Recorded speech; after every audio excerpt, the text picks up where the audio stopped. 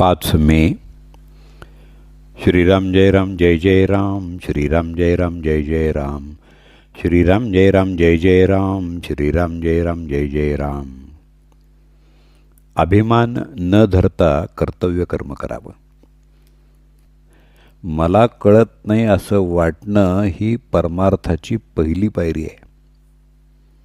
आपण अभिमानानं मला सगळं समजतं असं मानून जगामध्ये वावरत असतो. खरोखर अभिमानासारखा परमार्थाचा दुसरा मोठा शत्रू नाही. अभिमान हा हरळीसारखा नाश करणारा आहे असं म्हणणं सुद्धा थोडं अपुरंच पडेल.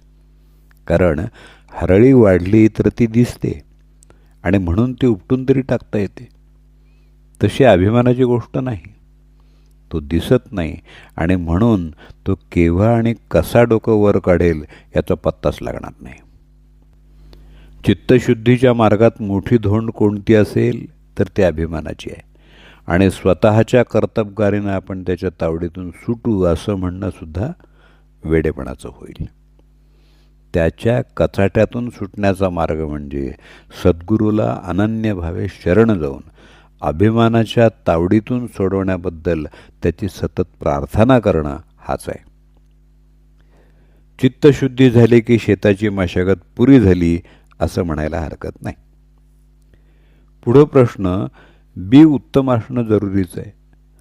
उत्तम बी कोणतं हे कदाचित आपल्याला समजणार नाही, परंतु फळ चांगलं कोणतं हे सहज समजतं. आता असं समजा, जी फळं गोड लागली त्यांचीच लागवड केली तरी पण पुढं असं अनुभवाला येतं की काही काळ लोटल्यानंतर कालमर्यादेप्रमाणे ते झाड मरतं आणि अर्थात फळं मिळायची बंद होतात आणि त्यामुळं मन कष्टी होतं. याच्यावरून असं दिसतं की आता गोड लागलेली फळं ही कालांतरानं दुःखालाच कारणीभूत होतात.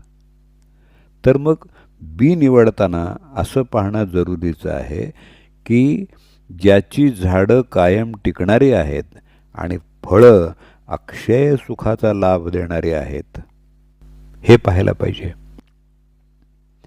जगामध्ये उत्पन्न झालेली अशी कोणती वस्तू आहे की जी अक्षय टिकेल?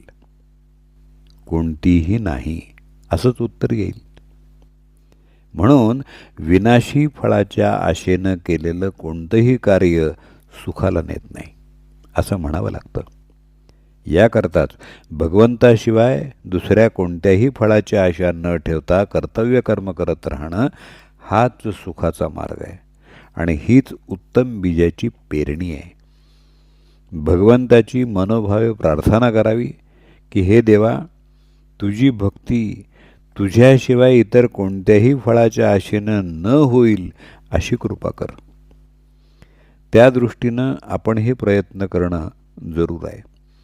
ज्याप्रमाणे किडकं आणि चांगलं एकत्र झालेलं धान्य आपण सुपात घालून पाखडतो आणि किडकं धान्य बाहेर उडवून लावून मग उत्तम धान्य शिल्लक ठेवतो, त्याप्रमाणे भगवंताची भक्ती करता करता भगवत प्राप्तीशिवाय इतर होणाऱ्या इच्छा काढून टाकण्याचा क्रम ठेवावा.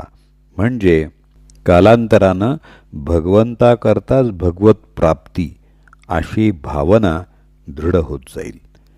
खरं सुख हे कायम टिकणारं पाहिजे. जानकी जीवन स्मरण. जय जय राम.